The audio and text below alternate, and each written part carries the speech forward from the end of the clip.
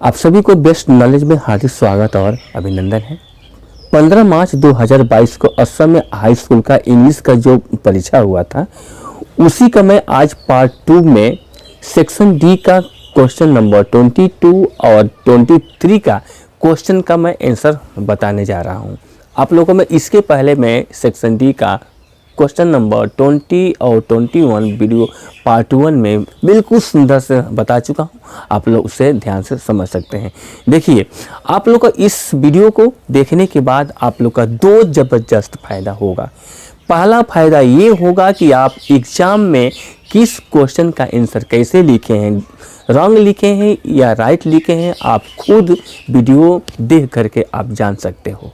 दूसरा सबसे फ़ायदा ये होगा कि फिर नेक्स्ट टाइम कभी फ्यूचर में यदि आप लोग का एग्ज़ाम में ऐसा यदि क्वेश्चन आता है और आएगा भी, इसलिए आप लोग का फ्यूचर में भी आप लोग जान पाएंगे कि हम लोग कैसे बनाएंगे। मैं आप लोग का मैजिक रूल से बताने जा रहा हूँ, जादू का जैसा नियम कि जल्दी समझ में आएगा। तो इसलिए क्वेश्चन नंबर 22 का A ring the bell when I was reading a book, तो इसका आंसर होगा ही रेंग। रिंग का रेंग हो जाएगा, सेकेंड फॉर्म हो जाएगा। रिंग का यानी कि सिंपल पास्ट टेंस में बनेगा। देखिए, कभी भी डबल सेंटेंस मतलब एग्जाम में करेक्ट टेंस है ये, जब भी ब्रैकेट में कोई भी वर्ब दिया गया हो, इसका मतलब कि इसे करेक्ट वर्ब करना है, यानी करेक्ट टेंस का रूल के अनुसार इसे शुद्ध करना है।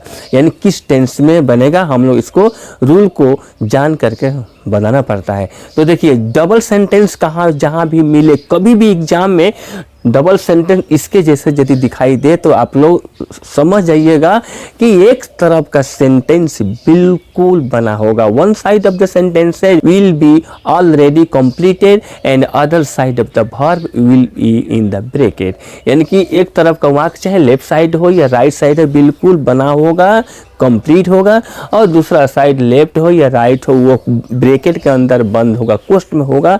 तो जो साइड का बना होगा उसको हम देखेंगे किस टेंस से बिलोंग करता है।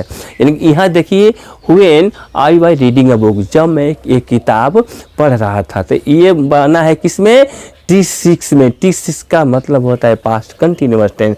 जब कभी भी किसी वाक्य में व्हेन कंजंक्शन के रूप में व्हेन दिया गया हो तो वहाँ पर दो सेंटेंस होगा। एक होता है सिंपल पास्ट टेंस में, दूसरा होता है पास्ट कंटिन्यूअस टेंस में। तो यहाँ पर बना हुआ है किसमें है, पास्ट कंटिन्यूअस टेंस में, T6 में बना है।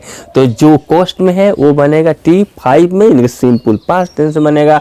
हम लोग रूल जानते हैं कि simple past tense V2 will be used with all subject of the world, यानी कि दुनिया का कोई भी सब्जेक्ट होगा, यहाँ पर दुनिया का कोई भी सब्जेक्ट हो, जो भी वर्ब आएगा हमेशा सेकेंड फॉर्म आएगा। ऑल सब्जेक्ट प्लस V2 का मतलब वर्ब का सेकेंड फॉर्म, हमेशा सेकेंड फॉर्म होगा। सिंपल पास्ट टेंस का यही रूल होता है। यानी कि जो भी subject first person, second person, third person कोई भी रहेगा, तो कोष्ठ में जो भी वर्ब हो तो उसका हम सेकंड फॉर्म में चेंज करेंगे। गो का वेंट, राइट का रोल, सेल का सोल, टेल का टोल, बाई का बॉल, सेल का सोल, हम लोग ऐसा चेंज कर देंगे। इस 5 फॉर्म होता है, रिंग, रेंग, रॉन्ग, रिंगिंग, रिंग्स होता है। तो यहाँ पर सेकेंड फॉर्म लगेगा ही ring the bell when I was reading a book, वह घंटी बजाया जब मैं किताब पढ़ रहा था, वह मुझे बुलाया तो मैं खा रहा था, बैठा हुआ था, पढ़ रहा था। अब देखिए क्वेश्चन नंबर बी, यानी कि 22 का बी नंबर देखिए। अब यहाँ पर है nobody know where he lives, यानी कि ब्रैकेट में क्या है, नो है। ब्रैकेट में यहाँ पर आप लोग देखिए ध्यान से, नो दिया गया, nobody know where he lives, वह कहाँ रहता है कोई व्यक्ति नहीं जानता, वह कहाँ जाता है कोई नहीं जानता, वह कहाँ पढ़ता है, कहाँ खेलता है, ऐसा कोई भी सेंटेंस हो, वो कब जाता है, कब पढ़ता है, कब खेलता है, क्यों खेलता है, क्यों जाता है, ऐसा व्हाट से, वेयर से, व्हेन से कोई भी सेंटेंस हो, जब अगर एक सेंटेंस सिंपल प्रेजेंट टेंस में हो तो नो बॉडी से स्टार्ट जो भी होगा वो भी सिंपल प्रेजेंट टेंस में ही बनाएंगे। दोनों एक ही टेंस में होगा, यानी कि नो बॉडी नोज, नो में एस लगाएंगे, nobody knows where he lives, कोई नहीं जानता वह कहाँ रहता है ना, ये ऐसा बनाएंगे। अब चलिए 22 का नेक्स्ट क्वेश्चन सी नंबर, यानी कि the guest arrived before the dinner was set.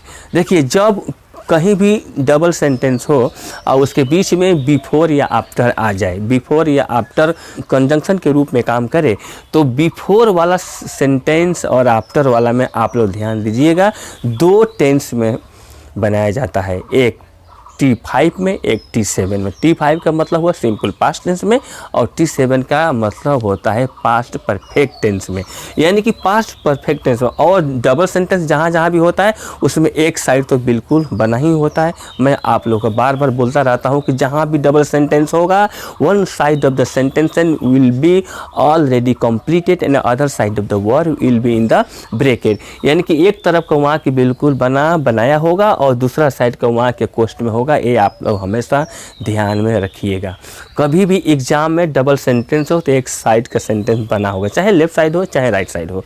तो यहाँ होगा यानी कि द गेस्ट हैड अराइव्ड, यानी कि अतिथि लोग पहुँच चुके थे, यानी कि पास्ट परफेक्ट टेंस में बनाएंगे। और यदि वहाँ पर बिफोर के स्थान पर आफ्टर होता, आफ्टर में होता है बाद, बिफोर का मतलब होता है पहले, तो यदि आफ्टर होता तो इसका उल्टा हो जाता है, यानी कि सिंपल पास्ट टेंस बनाया जाता पहले, 5 होता पहले T5 और T7 होता लास्ट में होता, यानी कि पास्ट परफेक्ट टेंस बनता है राइट साइड में और पास्ट इंडेफिनिट टेंस, इनके सिंपल पास्ट टेंस को हम लोग चेंज करते हैं लेफ्ट साइड में। अब देखिए नेक्स्ट क्वेश्चन, अब 23 देखिए, सेक्शन डी का 23 क्या है, नरेशन चेंज करना है। मिताली आस्क मी, क्वेश्चन है Mitali ask me if I had a pen to spare. Indirect speech में दिया गया हो, इसको डायरेक्ट स्पीच में चेंज करना है। इसका आंसर होगा Mitali said to me, Mitali said to me do you have a pen to spare. तो देखिए रिपोर्टेड स्पीच का सेंटेंस यदि हेल्पिंग वर्ब से स्टार्ट होता है, if the reported speech start with any kinds of helping verb then how will be changed from dn to idn। ds से ids में हम लोग कैसे बदलेंगे, देखिए रिपोर्टेड स्पीच कभी भी सहायक क्रिया से होता है शुरू, तो उसको हम डायरेक्ट से इनडायरेक्ट जब भी चेंज करते हैं ना, तो सबसे पहले रिपोर्टिंग वर्ब साइड टू का आस्क में चेंज करते हैं। तो इसलिए हुआ है मिताली आस्क मी इफ, यहाँ हुआ। तो अब यहाँ होगा Mitali said to me do you have a pen to spare. तो यहाँ पर देखिए, अब यहाँ पर क्या हुआ, यू आ गया है। कहाँ से यू आया है, अब वहाँ से यू से बदला है मीन्स, तो वहाँ पर हो गया आई। हम लोग जानते हैं कि first person change to subject of reporting speech and second person change to object of reporting speech, यानी कि रिपोर्टेड स्पीच में सब्जेक्ट यदि कभी भी फर्स्ट पर्सन दिया गया हो तो उसे डीएस से आईडीएस में चेंज करते हैं, तो रिपोर्टिंग स्पीच के सब्जेक्ट के अनुसार चेंज किया जाता है। यदि रिपोर्टेड स्पीच का सेकेंड पर्सन सब्जेक्ट दिया गया हो तो उसे रिपोर्टिंग स्पीच का ऑब्जेक्ट के अनुसार चेंज किया जाता है। क्वेश्चन नंबर बी है, 23 का बी नंबर है कि मदर सेड टू रफीक, माँ रफीक से बोली do not keep evil company in your life, तुम अपने जीवन में कभी भी बुरा संगति मत रखना, कभी भी दुष्ट व्यक्ति से अभी तुम दोस्ती मत करना, कभी भी बुरे व्यक्ति के साथ तुम अपना दोस्ती मत बनाना, साथी मत बनाना, यानी कि do not keep evil company मैंने बुरा साथ संगत मत रखो अपने जीवन में, इन योर लाइफ में। तो इसको हम लोग डीएस से आईडीएस में चेंज करना है। तो देखिए जब भी रिपोर्टेड स्पीच डू नॉट से स्टार्ट होता है, if the reported speech start with do not and never then from DS to IDS how will be change, कैसे बदलेंगे ध्यान से देखिएगा। दो नियम से बनाया जा सकता है, दो नियम से। पहला रूल होगा कि मदर फॉरबेट रफीक, मदर जहाँ सेड टू है वहाँ बन जाएगा फॉरबेट, FORBAD। फॉरबेट का मतलब होता है मना किया, फॉरबाइड, फॉरबेट, फॉरबाइडेन मना करना होता है। और जहाँ पर कमा है वहाँ पर केवल टू होगा, यानी कि to keep evil company in, अब योर बदलेगा कहाँ से, रफीक से। रफीक क्या है, मेल है, थर्ड पर्सन वहाँ पे हिज होगा, यानी कि इन हिज लाइफ, यानी कि mother forbade Rafi to keep evil company in his life. ये हुआ पहला नियम। दूसरा नियम, यदि आप लोग भूल जाते हैं कि फॉरवर्ड होगा कि क्या होगा। तो यहाँ पर हम वहाँ पर say to के बदले में आस्क भी दे सकते हैं, एडवाइस भी दे सकते हैं, टोल्ड भी दे सकते हैं। तो यहाँ होगा मदर एडवाइस रफ़ीक। लेकिन जब हम say to के बदले आस्क या एडवाइस या टोल्ड हम देना चाहेंगे तो वहाँ कमा के बदले वहाँ पर टू के पहले नॉट एक्स्ट्रा देना पड़ेगा, यानी कि नॉट टू होगा, यानी कि mother advise Rafiq not to keep evil company in his life, ऐसे होगा। हाँ, यदि आप लोग चाहते हो कि नहीं हम say to के बदले में फॉरवर्ड लिखते हैं तो कमा के बदले केवल टू होगा। आप लोग फिर से ध्यान से सुन लीजिए, यानी कि mother forward Rafiq to keep evil company in his life. एक तो पहला रूल ये हो गया। यदि आप चाहते हैं कि नहीं हम टोल्ड से बनाएं या एडवाइस से बनाएं या आस्क से बनाएं तो भी सही होगा, लेकिन ऐसा करना एक ज़्यादा थोड़ा करना होगा, टू के पहले नॉट इसमें देना पड़ेगा। जब हम say to के बदले में टोल्ड देते हैं या आस्क देते हैं या एडवाइस देते हैं तो टू के बीच में जो कंजंक्शन टू लगा है उसके पहले एक एक्स्ट्रा नॉट देना पड़ेगा। यदि हम say to के बदले में फॉरवर्ड देते हैं तो वहाँ टू का पहले नॉट नहीं लगेगा। और योर जो है सेकेंड पर्सन है, यानी कि do not keep evil company in your. Your क्या है? सेकेंड पर्सन है। तो सेकेंड पर्सन कहाँ से चेंज होता है? रिपोर्टिंग स्पीच का ऑब्जेक्ट क्या है? रफ़ीक है। रफ़ीक क्या है? मेल है, थर्ड पर्सन है तो उसका ही होता है प्रोनाउन, ही का होता है हीज लाइफ, वहाँ पर हीज होगा दोस्तों। योर जहाँ है वहाँ पर क्या होगा? हीज बन जाएगा। और say to जहाँ है वहाँ पर फॉरवर्ड हो जाएगा। कमा जहाँ वहाँ पर टू होगा, डू नॉट को हटा दिया जाएगा।